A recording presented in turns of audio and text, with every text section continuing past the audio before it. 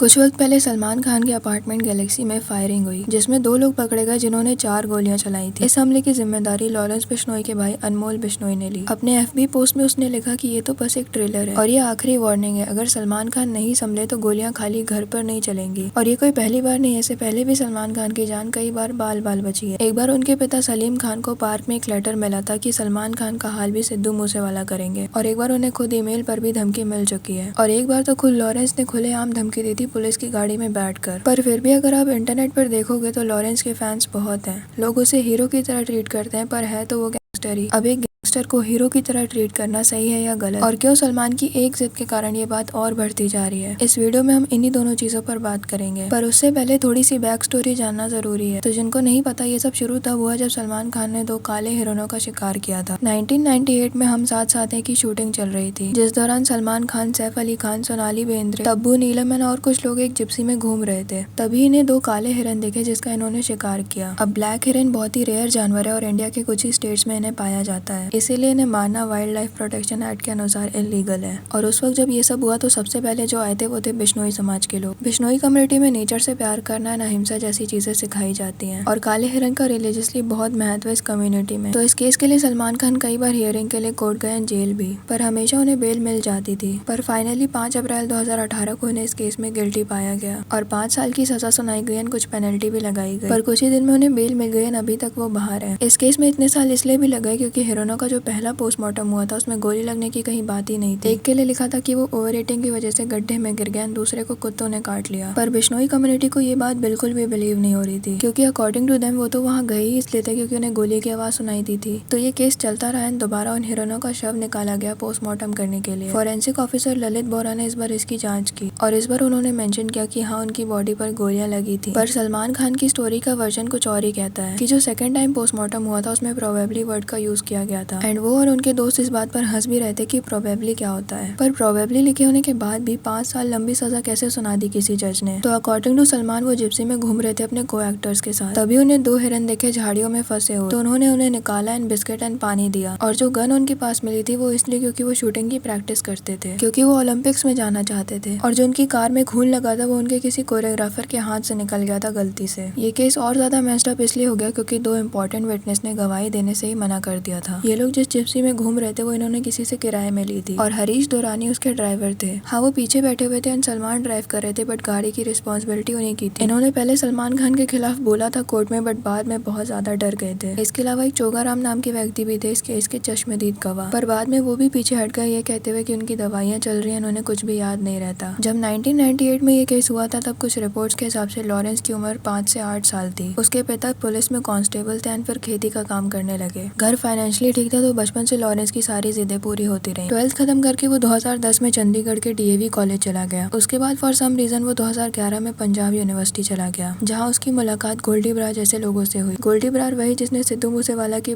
Responsibility ली थी। फिर ये लोग स्टूडेंट पॉलिटिक्स में इन्वॉल्व हो गए।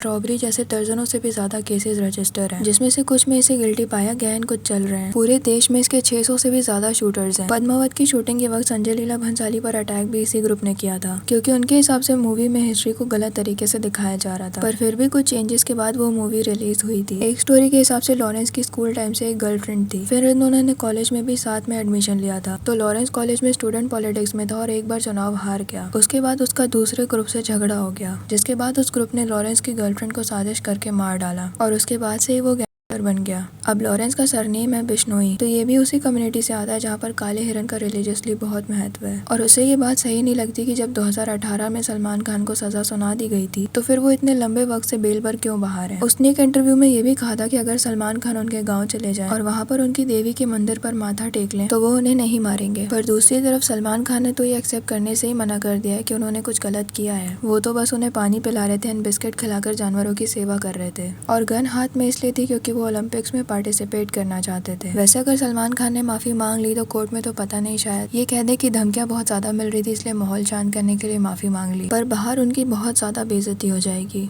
क्योंकि वो कई इंटरव्यू में बड़े कॉन्फिडेंटली बोल चुके हैं कि उन्होंने कोई गलती नहीं की है। अब अगर माफी मांगी तो बाकी केसेस में भी सवाल उठेंगे कि क्या गाड़ी वही चला रहे थे, क्या ऐश्वर्या राय पर उन्होंने हाथ उठाया था। और ये जो हीरो वाली इमेज बना रखी है वो इंसान 26 सालों से झूठ बोल रहा है। इससे तो उनकी फैन फॉलोइंग पर भी बहुत बड़ा असर पड़ेगा, क्योंकि आज भी उन लोगों की कमी नहीं है जो सेलेब्स को भगवान मानते हैं। अच्छा, जब से इंटरनेट आया तब से लोग इन चीजों में एक्टर्स के अगेंस्ट भी बोल रहे हैं। पहले ऐसा बहुत कम होता था। अब ये सलमान खान के इंटरव्यू का कमेंट सेक्शन भरा हुआ है जिसमें लोग कह रहे हैं कि वो मूवीज से अच्छी एक्टिंग तो यहाँ पर कर रहे हैं। किसी ने लिखा psychology students should consider this video as a case study to spot liars. किसी ने लिखा the level of acting we needed in his films. किसी ने लिखा not even once he said I didn't do it, he is just mixing the words that makes no sense. पर पहले ऐसा बहुत कम होता था, मे बी इसलिए क्योंकि पहले एंटरटेनमेंट का सोर्स सिर्फ टीवी एंड न्यूज़पेपर थे जिसमें इन्हें लार्जर देन लाइफ दिखाया जाता था। सलमान खान भी वैसा ही होगा जैसा प्रेम है, इससे ज्यादा लोग सोचते ही नहीं थे। कोई कुछ और डिस्कस करता भी होगा तो उसके घर और ऑफिस तक ही बात रह जाती होगी। पर अब लोगों के पास प्लेटफॉर्म है जहाँ पर अलग अलग थॉट्स डिस्कस होते हैं और इन लोगों की पर्सनल लाइफ भी अब पर्सनल नहीं रही। पहले इनके बारे में जो भी पता चलता था इनके स्क्रिप्टेड इंटरव्यू से ही पता चलता था। तो अब ये हीरो नहीं एक्टर्स हैं। पर इसका मतलब ये नहीं है कि लॉरेंस को सपोर्ट करना सही है। वो जो भी कर रहा है उसका तरीका बहुत गलत है। अगर इन लोगों को सपोर्ट किया जाएगा तो यंग जनरेशन में भी यही मैसेज जाएगा कि इन लीगल चीजें करो तो लोग हीरो समझने लगेंगे। जो भी सजा देना है वो कानून का काम है। एक गलती को खत्म करने के लिए एक और गलती करना बहुत गलत है। वैसे इस बारे में आपको क्या लगता है कमेंट सेक्शन में जरूर बताना। वीडियो अच्छी लगी हो तो लाइक करना और ऐसी और वीडियोस के लिए चैनल को सब्सक्राइब कर देना।